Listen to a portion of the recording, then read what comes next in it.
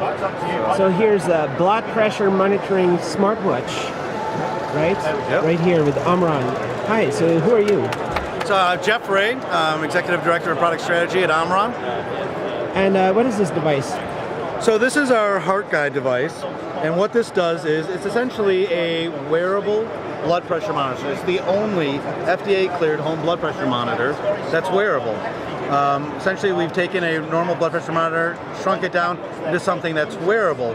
And we launched this, we announced it at CES last year, and we launched it about 11 months ago. We've had great success with it. A lot of good consumers telling us how they've used this in their daily life. But we realized that the device itself is only part of the solution. Really, the mobile application is the other component to the device.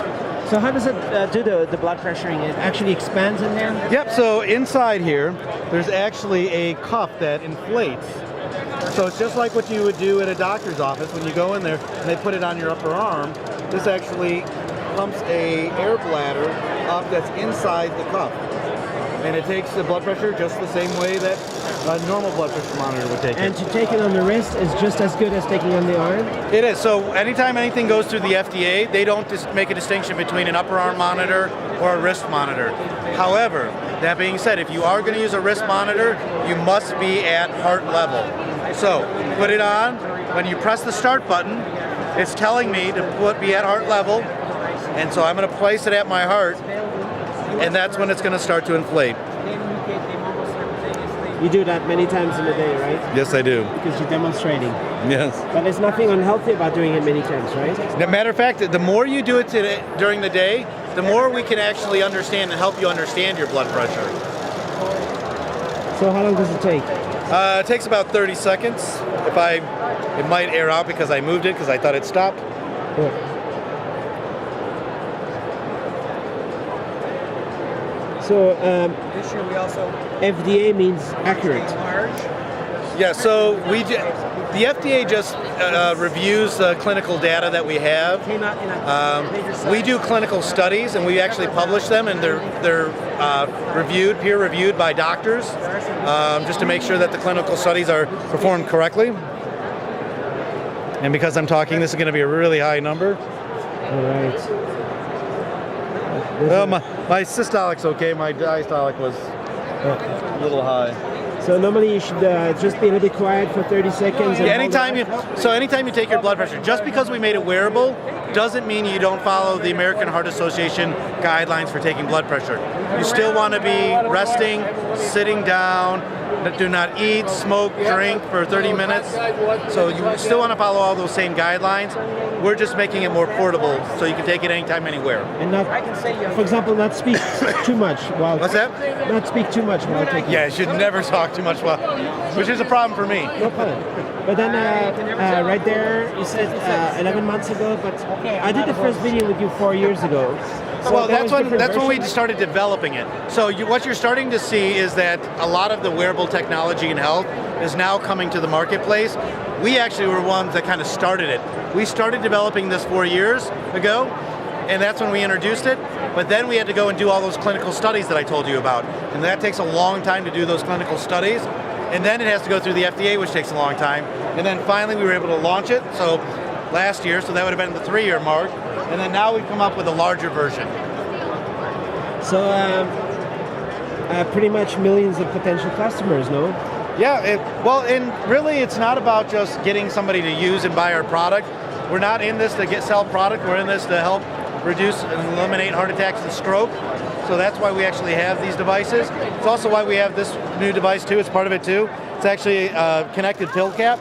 So the number one reason why people have hypertension is because they're not compliant on medication. So we want people to understand when to take their medication.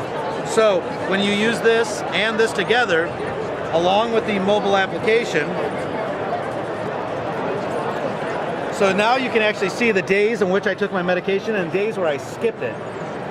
And I can then do a report that I can send to my doctor. This actually takes a second or two to generate. But now this report will get something that can be sent to my doctor. As it generates. Cell signal is bad in here. Okay, so here's the report. And what it's telling me is that there's my blood pressure trend, but then here's my medication trend.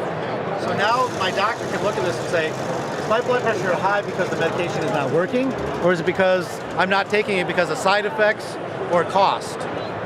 So that's something that the doctor needs to know so that they can figure out, do I put you on something with less side effects or cost effective, or maybe I've just got you on the wrong medication.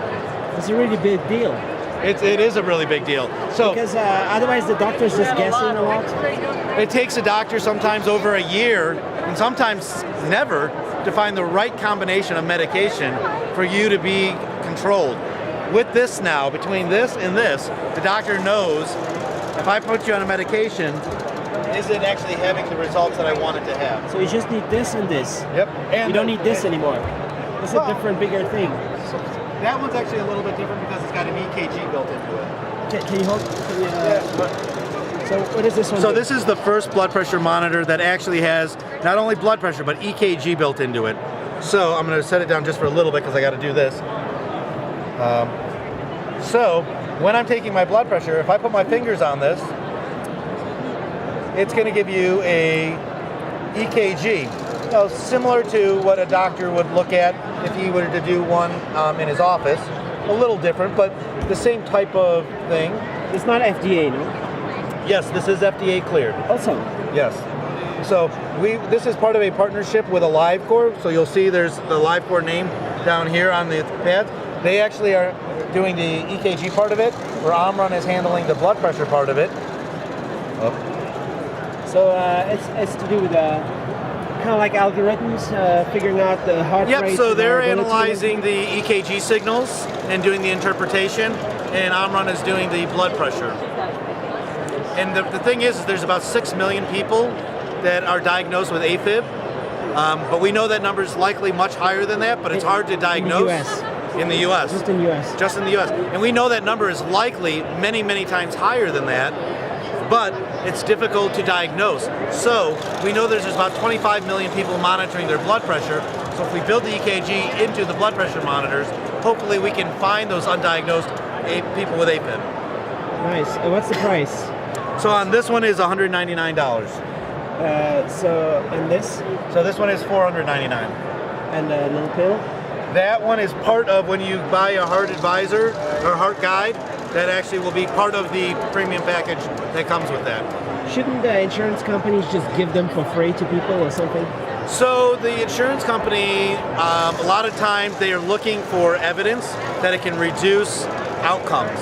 And so actually Omron is right now in the midst of a number of studies to show not only the Heart Guide, but this is called the Omron Complete, and our other devices actually can have an impact. And actually recently, the Center for Medicaid Services are reimbursing for people that participate in a program that uses blood pressure monitors. Is that a government organization? That is, yeah. So that's so Medicare and Medicaid is run by the CMS, Center for Medicaid Services. So they should just give them out. They'd save a lot of money, no? So they're still looking for more evidence. It can go to hundreds of thousands of dollars on somebody who needs to. I do think it is trending that way, but just like everything else, there's got to have the evidence there for everybody to feel comfortable on just handing something out. So. And this is really a no-brainer. Do you want to? It's great to have your blood pressure monitoring with you all the time. Yeah. It changes everything. Your blood pressure changes from second to second, and so just because you're normal in the morning doesn't mean that you're normal at night. And actually, a lot of people who take their medication, it'll only protect you for like half a day. So knowing what your blood pressure is in the morning, in the middle of the day, at night, after the meal, even while you're sleeping, that'll be kind of the next evolution is how do we take your blood pressure while you're sleeping? It's not going to wake you up? Well, that'll be companies like us to develop something that won't wake you up. And it's important for people who have diabetes. So diabetes and hypertension go hand in hand. I think about 85% of people who are diabetic are also hypertensive. So if you are diabetic, I highly, highly recommend you have a blood pressure monitor.